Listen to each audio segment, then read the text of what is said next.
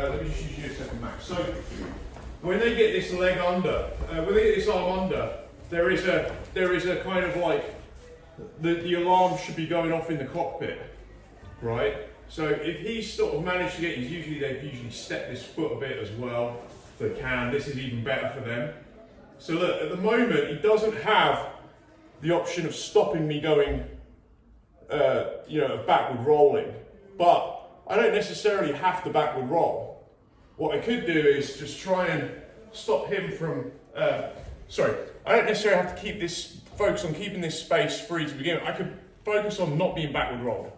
So as he tries to backward roll me, I try and find ways of changing the angle. So one would be if his knee's down, we talked about this before, I aim, what Max wants is his elbow to my knee, right?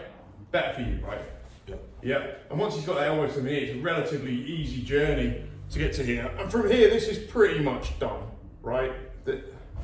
I can try and slide this knee in and, but it's going to be very, very, and, maybe try and keep my knees, but he's basically passing.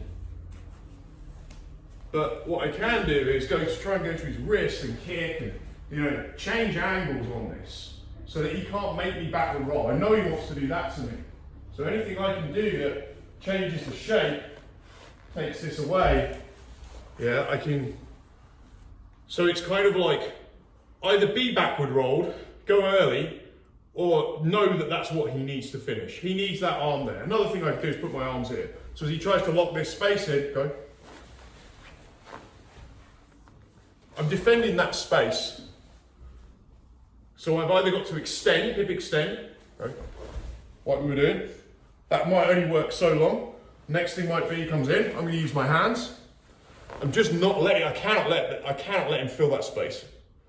And the final thing might be the backward roll, but I probably want it, if I'm going to do it actually early, before we start getting, because if I start getting here and then decide to backward roll, it's probably like too late.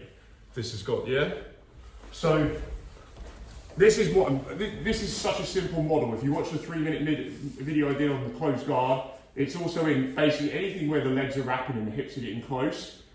It's almost all about, can I make them backward roll on my terms? Can I stop them backward rolling on my terms? Yeah, and like the closed guard bit that we did where we sat all the way in and pulled them in, you're making them forward roll. You're using a backward roll, as I showed in the video, to make them do something like this. They're trying to prevent themselves being backward rolled. And when it's really bad, they get put in a backward roll. And they can't move because you're stopping their backward roll. It's kind of like Hodger Grace's closed guard game. But it's all just this game. Yeah. You know what you said about doing the backward roll early? Yeah.